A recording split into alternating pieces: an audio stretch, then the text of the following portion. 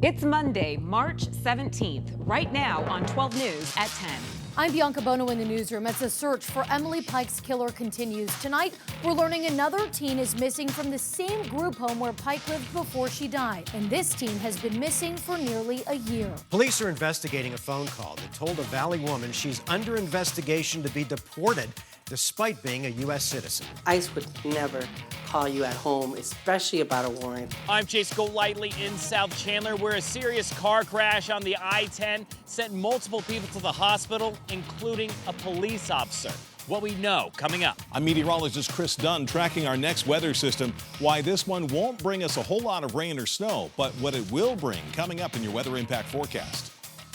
12 News at 10 with Mark Curtis and Caribe Divine starts now. New at 10, as the investigation into the murder of 14-year-old Emily Pike continues, we're uncovering more about the Mesa group home where she was living before she was killed. Good evening and thanks so much for joining us. For 12 News at 10, I'm Caribe Divine. I'm Mark Curtis. Thanks for joining us. Emily Pike went missing from the home in late January, and tonight we're learning another teen from that same group home has been missing now for nearly a year. 12 News journalist Bianca Bono is joining us live from the newsroom to explain. Bianca? Well, shortly after Pike's remains were found, we learned from Mesa police that they had taken 30 missing persons reports stemming from that same group home over the past 3 years. So we asked if any of those cases remain open today, and we learned that one does. According to the Mesa Police Department, another teenage girl is missing from the same group home where Emily Pike was living before she was murdered and has been missing for close to a year. Emily Pike was last seen in January in the area of McKellips Road and Mesa Drive after leaving the group home. And on Valentine's Day, the 14-year-old girl's remains were discovered in trash bags an hour and a half away in a remote area near Globe. After Pike's horrific death, Mesa police confirmed over the past 3 years, they've taken 30 missing persons reports involving residents of that same group home, and one of those residents remains missing to this day. 17-year-old Veronica Cruz was last seen on May 18th last year around 4:55 p.m., reported missing by group home staff. Her photo and information featured on the National Center for Missing and Exploited Children's website. But despite that, when 12 News reached the group home's CEO for comment about Cruz's whereabouts, she said she believes Cruz is safe, though she does not know who Cruz is with or where she is. She added that Cruz turns 18 next month. When 12 News followed up with Mesa Police, asking about the CEO's statement, a police spokesperson said an investigator needs to physically see that Cruz is okay before changing any case status. And due to her age, which is still 17, she would have to be taken to her guardian and not just released. Mesa Police encourages anyone with information about her whereabouts to call them and let them know. And I did follow up with the group home CEO asking if any efforts are being made to get Cruz back into the care of either the home or a guardian. She has not responded to that question. DCS has opened a licensing inquiry to determine whether appropriate steps were taken by that group home in Emily Pike's case. Now back to the Pike investigation. A task force has now been created consisting of local and federal law enforcement agencies that are investigating her death. They've also now set up a centralized tip line, which you can find on our website, 12news.com. Bianca Bono, 12 News. All right, Bianca, thank you. Happening right now in Phoenix, police are investigating a crash that sent 5 people to the hospital. It happened at the intersection of 43rd Avenue and Dunlap. Investigators on the scene say that the crash involved 2 cars, with one person needing to be removed from their vehicle by first responders.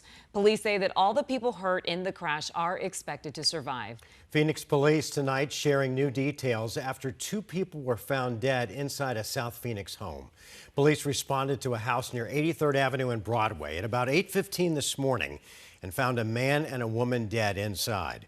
Investigators now say that the man shot and killed his girlfriend, 41-year-old Daisy Ruiz, and then turned the gun on himself.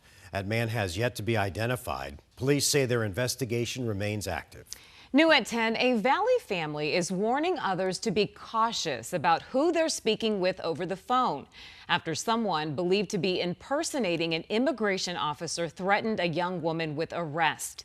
12 News journalist Gabriela Becerra is joining us in studio with details about that call. And Gabby, how did all this happen? Well, Caribe, the call left the entire family shaken, and experts say there are several signs imposter agents may reveal on calls like this one that everyone should be aware of.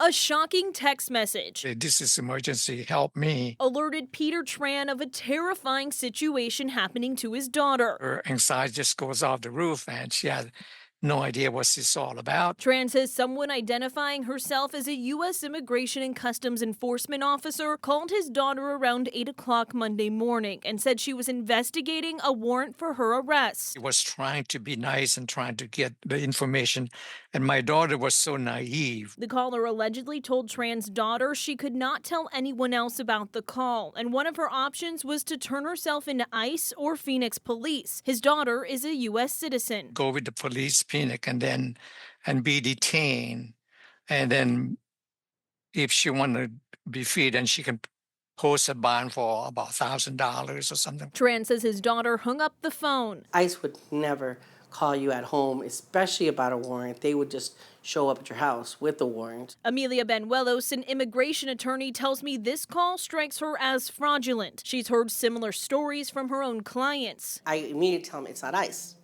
Give me the phone number. So, no, they're asking for this money for a bond or whatever. There's no transaction that you could do with ICE over the phone. According to the Arizona Attorney General's office, state and federal authorities will not ask for personal information or payment over the phone. They warn people to be wary of phone calls threatening arrest, an immediate demand for money, or deportation regarding immigration status. But most people get really scared because obviously a lot of times the scammers, they either steal the information or the thieves are trying to get money from them. Tran's daughter didn't get scammed out of any money, but it left her on edge. He hopes no one else will fall victim to what could be a terrifying scam. It's completely wrong to even trying to be nice to threaten people with warrant, even though it's not real. And if you believe you're a victim of consumer fraud, you can file a complaint on the Attorney General's website. Complaints are confidential and can be submitted regardless of immigration status. Caribe? All right, Gabby, thank you.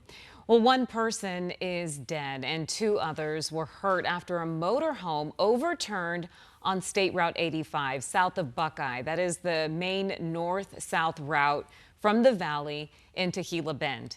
The Arizona Department of Public Safety tells us that 3 people were inside when the motorhome flipped over, killing one of them. Ambulances took the other 2 people to the hospital, and we are told one is in critically hurt. It was a really bad day all the way around on Arizona's roads. A violent crash on I-10 just south of the valley sent multiple people to the hospital, including a police officer. It created miles-long traffic backups in both directions as law enforcement investigated. 12 News journalist Chase Golightly was there at the scene and has the latest on what happened. A Gila River police cruiser with its front end crushed, sitting on top of this mangled car that's missing the entire back end, all in a crash just west of Riggs Road on the I-10 headed toward Phoenix. Arizona DPS says in total 4 vehicles were involved in this crash, sending 3 to the hospital, including that police officer with non-life-threatening injuries. However, 2 others who were in the same car were seriously hurt. So likely there was a high velocity or high speed involved. While DPS hasn't revealed yet what led up to this dangerous crash, attorney Jacob Pierce with the Shapiro Law Team says it could be several factors. Usually when there's a motor vehicle crash involving a police officer, there generally is something that led up to it, like some sort of negligence or possibly evading arrest. Pierce says investigators will be looking into all aspects that went into this crash, from speed to negligence. There really is a lot of upfront investigation that goes into a case like this. While DPS was investigating, they had to shut down parts of the I-10, creating a mess for drivers. Traffic was backed up for miles in both directions. Those heading toward Phoenix had to get off here at Riggs Road, turn around, then get back onto the interstate to avoid the crash. Traffic going east was also at a crawl, with drivers looking at the crash as they went by. Then after about 3 hours, the damaged vehicles were towed away and the interstate was back open. Chase Golightly, 12 News.